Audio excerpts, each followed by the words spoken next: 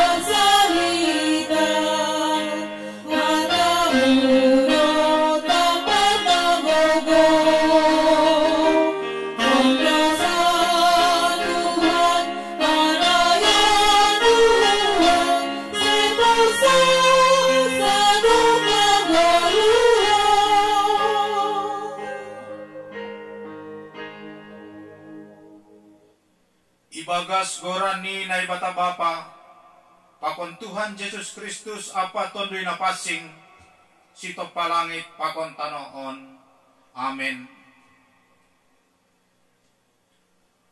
Tapi barang piga naman jalosi kujaydo ibere kuasa age gabe anak ni nebatasi dia ay mana persaya bani gorani. Haleluya, haleluya, haleluya. Haleluya, haleluya, haleluya.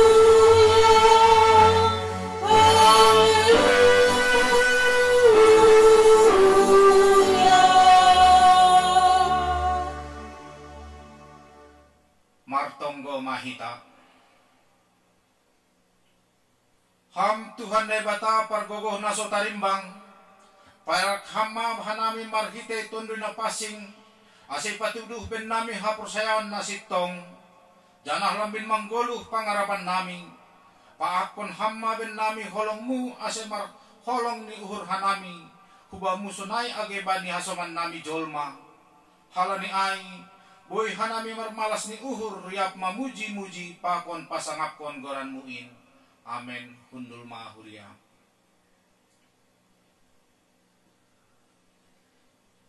Mendoding hita haleluya nomor 115 ayat sada tolu pakon 5.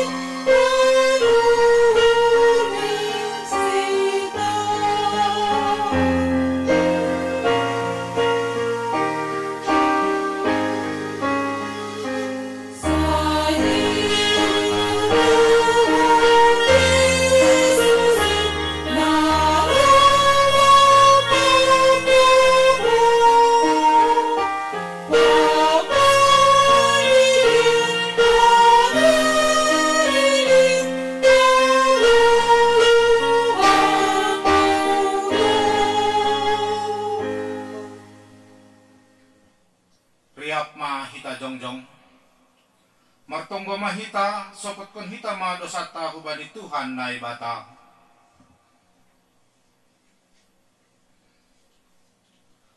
Ham Yesus Kristus Raja ni kuriain, ihaton hamdo huben nami susianmu, apa huben nami, ase gabe garam pakon panondang hanami, malas tumangdo uhur nami manjalo ondos-ondos muin, nagabe tanggung jawab nami i duniaon, tapi anggo jujur hanami ilowemu, gatido hanami lolei mandalan kon in, halani hagalekon apa hurang ni haporseon nami hubamu, gatido lang mardai janah lang mararti guluh nami dopak masyarakat, janah rado homa hanami usai ipengaruhi na masa, membahentaruyun hubani na somadear, age sondang malas niuhur apa haluahon, gatido lang humben nami dopak hasoman apa masyarakat nami.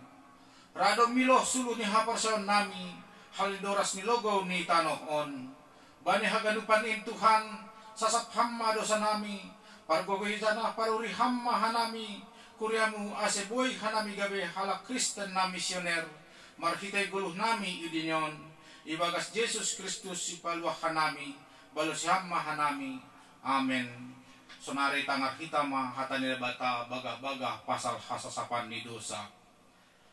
Agi pegerger dosa nima songon bunga di dap-dap, lopak do bahenon ku ay songon salju, agi pegerger songon hiyaw hasumba, putih do bahenon ku songon kapas, hasangapon ma baninay bata ibabaw, amen. Pundul mahuria. Bere hamma hatorangan, hapentaran, mangarusi hatamu, mendoding hita haleluya nomor 207 ayat sada pakon 2. Go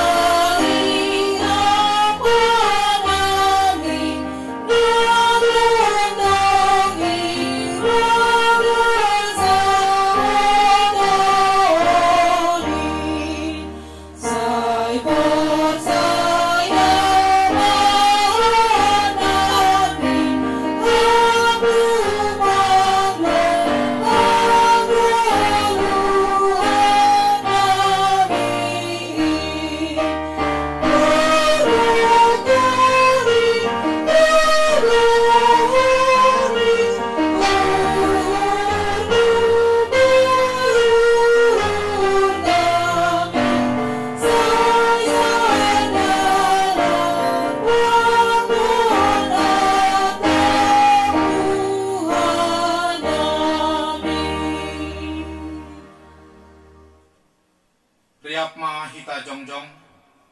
Saksion hita ma haporsaya ontain, songon na sinaksion ni hagadup halak na porsaya bani sabtano on. Au porsaya bani na ibata bapa, pargogok na sotarimbang, nama no palangit pakon tano on.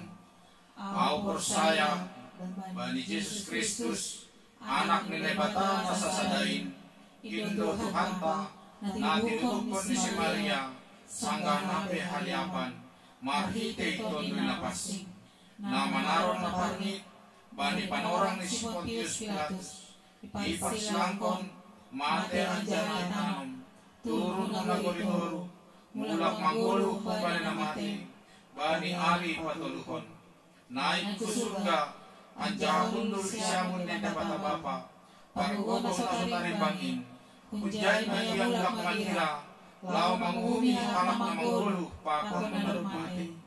Au porsaya, tondi na pasing, bani parsala na pasingin, parsauran di segala na pasingin, bani sasapan di dosa, bani paruhon na gula, pakon bani haguluhan sa lokah di lokahan. Amin. Pundul ma kuria.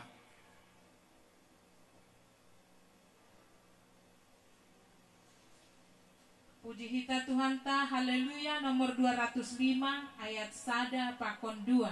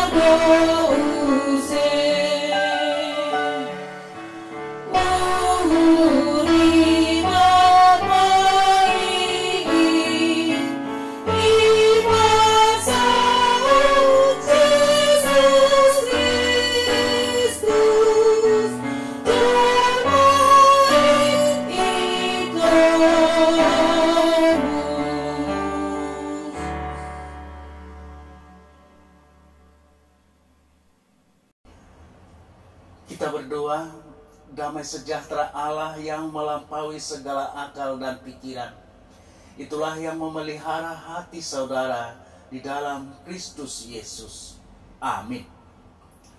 Jemaat yang dikasihi Tuhan kita Yesus Kristus, firman Tuhan bagi kita pada Minggu Trinitatis yang kelima diambil dari kitab Injil Lukas pasal 6 ayat 39 sampai dengan ayat 42.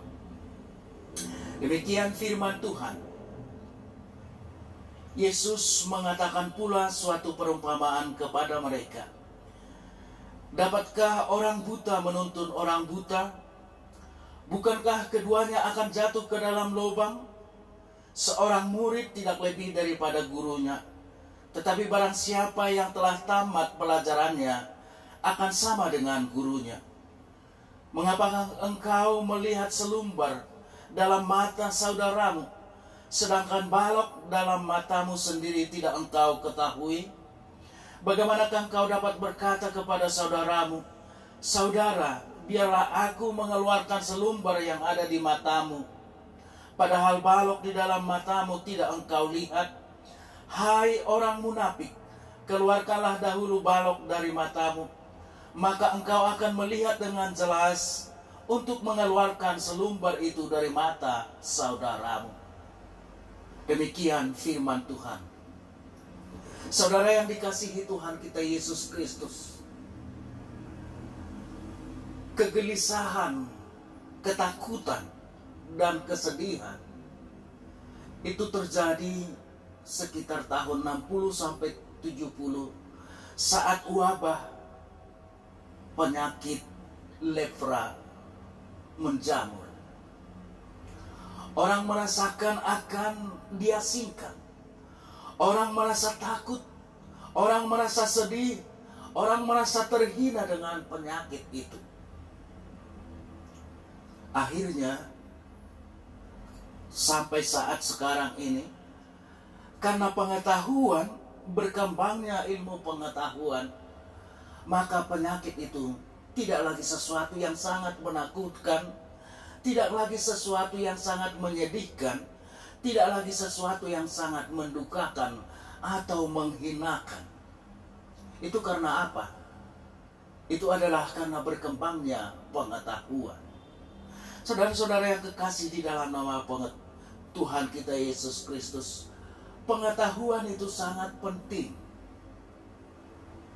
Pengetahuan itu mengatasi kita bagaimana supaya tidak mengalami kesedihan, ketakutan. Pengetahuan itu juga mengatasi persoalan-persoalan kehidupan kita, untuk mengatasi persoalan ekonomi, persoalan masalah sosial, dan persoalan-persoalan keamanan juga. Tapi saudara-saudara yang dikasihi Tuhan kita Yesus Kristus, begitu pentingnya pengetahuan, sehingga orang mau memberi diri, memberi hartanya untuk mendapatkan pengetahuan. Apa yang terjadi? Pengetahuan menjadi semakin mahal. Pengetahuan yang mahal itu membuat orang-orang yang miskin menjadi terpinggirkan, tidak lagi mendapatkan pengetahuan yang sesungguhnya.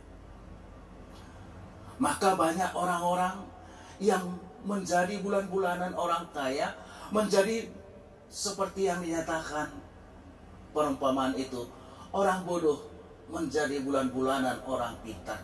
Nah, saudara-saudara yang kekasih di dalam nama Tuhan kita Yesus Kristus, itulah yang terjadi di tengah-tengah kehidupan saat Yesus juga mengajar murid-muridnya dan orang-orang banyak yang mengikutinya. Pendidikan yang terlalu mahal sehingga guru memposisikan dirinya sebagai seorang yang sangat mahal. Jadi siapakah yang menerima pengetahuan, yang menerima pendidikan? Adalah orang-orang kaya. Ada banyak pada saat itu orang-orang miskin jadi terlantar, tidak menerima pengetahuan. Maka Yesus melakukan, dia mau mengajar orang-orang yang miskin dan menderita. Pendidikan bukan lagi sesuatu yang mahal, tapi pendidikan mendekatkan diri kepada kehidupan orang-orang yang menderita. Yesus datang kepada murid, bukan lagi murid yang datang kepada guru. Itulah kalau kita perhatikan melalui firman ini juga, bagaimanakah seharusnya pendidikan itu diberikan. Yang pertama, Yesus menyatakan bahwa pendidikan itu harus diberikan dengan sejujur-jujurnya dan sebenar-benarnya, sehingga tidak akan membawa orang masuk ke dalam lubang. Kalau seorang guru tidak memahami betul apa yang diajarkan, tentu itu akan membawa muridnya kepada sesuatu pengetahuan yang tidak benar.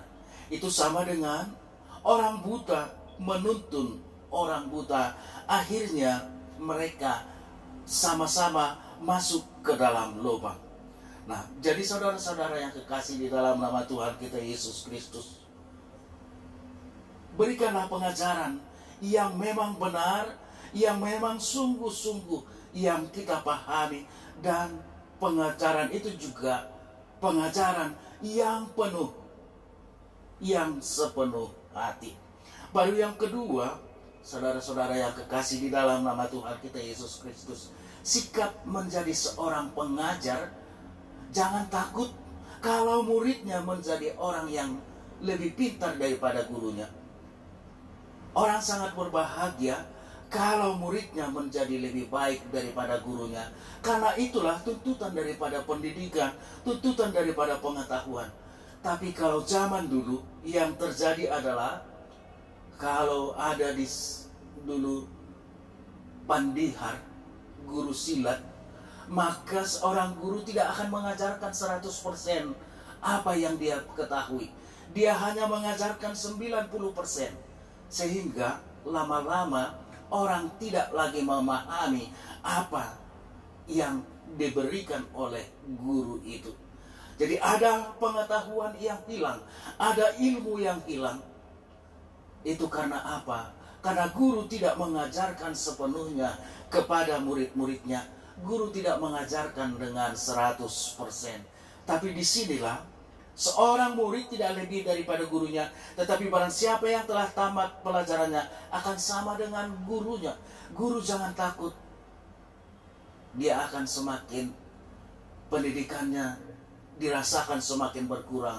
Tapi orang yang memberi pengetahuan, dia akan semakin ditambahkan juga pengetahuan. Karena seorang murid tidak akan pernah tidak hormat kepada gurunya kalau gurunya juga memberikan sepenuhnya pengajaran kepada murid-muridnya.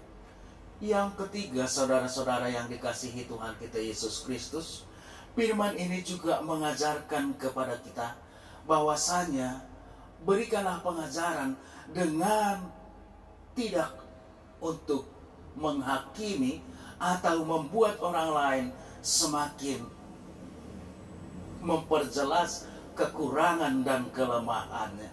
Tetapi apa? Kalau dinyatakan di dalam firman ini, mengapakah engkau melihat selumbar di dalam mata saudaramu, sedangkan balok di dalam matamu sendiri tidak engkau ketahui? Pengetahuan yang kita miliki bukan untuk semakin memperlebar kesalahan atau kekurangan orang lain, atau pengetahuan tidak untuk mau memperlihatkan kekurangan, kelemahan orang lain. Tapi pengetahuan dan pengajaran yang kita berikan adalah untuk memberdayakan orang lain, untuk membuat orang lain semakin berbahagia di dalam hidupnya. Mengapa demikian bisa terjadi? Karena dalam diri seorang pengajar memang ada kejujuran, ada kebaikan di dalam dirinya. Dia berpendidikan, berpengetahuan, bukan untuk melihat kekurangan orang lain. Jadi pendidikan biarlah untuk semakin menjernihkan pemahaman kita tentang kehidupan ini, menjernihkan juga pemahaman orang lain tentang kehidupan ini. Nah, kalau kita melihat sesuatu itu dengan jernih, maka hati kita akan bahagia. Jadi melalui firman ini, saudara-saudara yang dikasihi Tuhan kita Yesus Kristus, firman ini menyatakan jangan hanya melihat selumbar di dalam mata orang lain, tapi balok di mata kita. Kekurangan kita yang banyak tidak dapat ditutupi dengan melihat kesalahan orang lain. Tapi kesalahan orang lain tidak kita jadikan itu menjadi kelemahannya, tapi kita mau mengikis kesalahan orang lain, disitulah juga orang lain tidak akan melihat lagi apa yang menjadi kekurangan-kekurangan kita. Mari memberdayakan orang lain. Mari memberikan pengajaran yang baik bagi orang lain, supaya kita sama-sama berbahagia. Jadi saudara-saudara yang kekasih di dalam nama Tuhan kita Yesus Kristus, kalau kita perhatikan pada saat sekarang ini, ada banyak orang yang takut menghadapi sakit penyakit. Tapi kalau kita mempunyai pengetahuan yang benar tentang penyakit, maka tidak akan takut menghadapi itu. Begitu juga pada masa pandemi COVID-19 ini. Kiranya pengetahuan semakin bertambah untuk mengatasi kegelisahan dan ketakutan kita dalam menghadapi pandemi COVID ini. Tapi kalau pengetahuan semakin bertambah, ditemukannya vaksin, maka kita akan berbahagia. Mari kita berdoa kepada orang-orang yang memberi diri untuk meneliti dan mengembangkan vaksin, supaya cepat juga kita mendapatkan vaksin COVID-19 ini, sehingga kita sama-sama hidup bahagia pada masa sekarang ini. Yang kedua, saudara-saudara yang dikasihi Tuhan kita Yesus Kristus, firman ini juga mau mengingatkan kepada kita pentingnya pengajaran yang benar. Jangan mengajarkan sesuatu yang tidak benar sehingga membawa orang kepada jurang. Mari, apa yang kita ketahui, itulah yang kita berikan. Jangan berikan yang tidak kita ketahui untuk mengangkat prestise atau harga diri. Itu tidak akan benar. Tapi apa yang kita miliki, itulah yang kita berikan untuk membahagiakan orang lain. Pengetahuan juga bertujuan bagaimana supaya tidak untuk menjadi penindas. Pengetahuan adalah untuk memerdekakan. Pengetahuan bukan untuk melihat selumbar di mata orang, tapi pengetahuan adalah mengeluarkan selumbar di mata orang dan mengeluarkan balok-balok yang ada di dalam diri kita. Balok-balok yang ada di dalam diri kita adalah kecongkakan, mungkin ketidakmautahuan. Itulah yang kita keluarkan. Tapi mari kita lebih mencintai pendidikan, supaya kita akan mengalami kebahagiaan. Jadi kalau firman Tuhan, bagaimana mendapatkan firman itu? Takut akan Tuhan adalah awal daripada pengetahuan. Kita lebih cinta kepada Tuhan. Jadi pada saat sekarang ini, mari anak-anak kita dan pribadi kita, mari kita lebih mengajarkan bagaimana pengajaran rohani daripada pengajaran-pengajaran ilmu di dunia ini, supaya kita sama-sama berbahagia. Amin. Mari kita berdoa. Terima kasih Tuhan atas firman-Mu. Biarlah kami Tuhan menjadi orang-orang yang berhikmat dan mencintai pengetahuan, sehingga kami menabur pengetahuan seturut dengan kehendak-Mu untuk mencerdaskan agar terjadi damai sejahtera di tengah-tengah kehidupan kami. Berkati kami Tuhan, berkati juga jemaat-Mu. Di dalam Yesus Kristus terimalah doa kami ini. Amin. Sebelum kita mengumpulkan persembahan, marilah kita mendengarkan firman Tuhan yang menjadi dasar bagi kita untuk memberikan persembahan, yang tertulis di dalam Mazmur 50 ayat 23. Siapa yang mempersembahkan syukur sebagai kurban, ia memuliakan aku. Sekarang mari kita kumpulkan persembahan kita.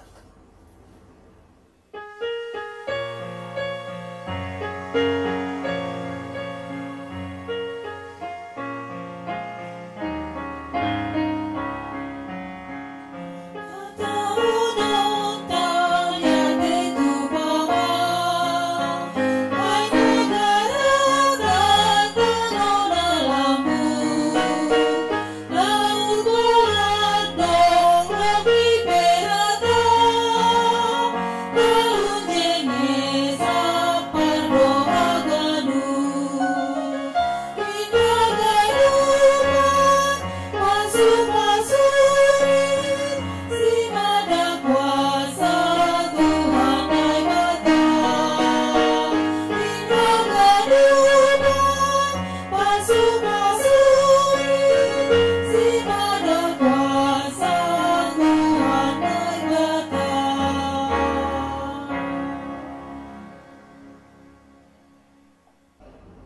kita berdoa untuk menyerahkan persembahan kita kepada Tuhan. Ya Tuhan Allah, Bapa yang Maha Murah dan Pengasih, kami bersyukur dan berterima kasih atas segala berkat-Mu yang senantiasa melimpah dalam kehidupan kami.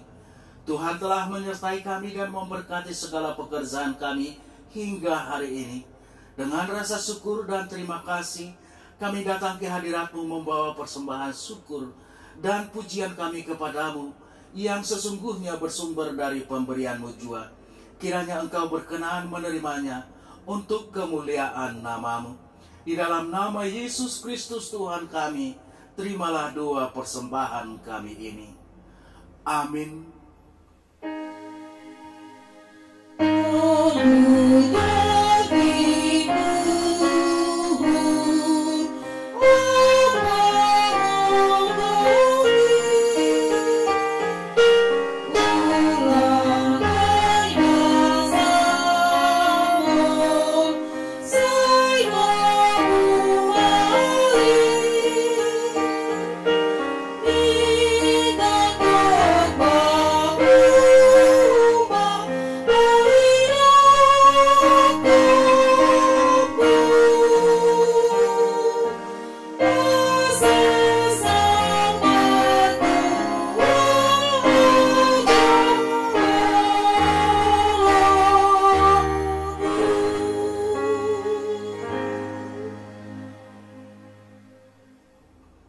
Bapa kami yang di surga, dikuduskanlah nama-Mu. Datanglah kerajaan-Mu, jadilah kehendak-Mu di bumi seperti di surga. Berikanlah kami pada hari ini makanan kami yang secukupnya, dan ampunilah kami akan kesalahan kami, seperti kami juga mengampuni orang yang bersalah kepada kami. Dan janganlah membawa kami ke dalam pencobaan, tetapi lepaskanlah kami daripada yang jahat.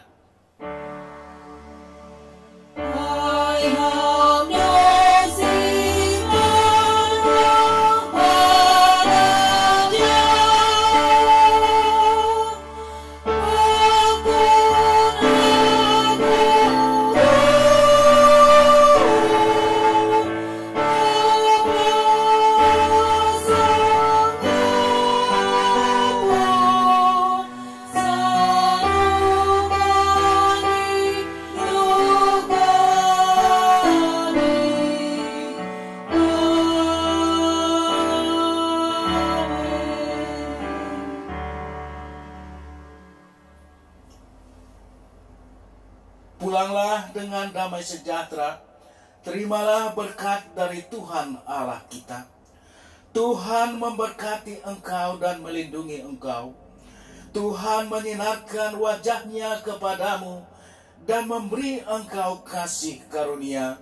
Tuhan menghadapkan wajah-Nya kepadamu dan memberi engkau damai sejahtera. Amin.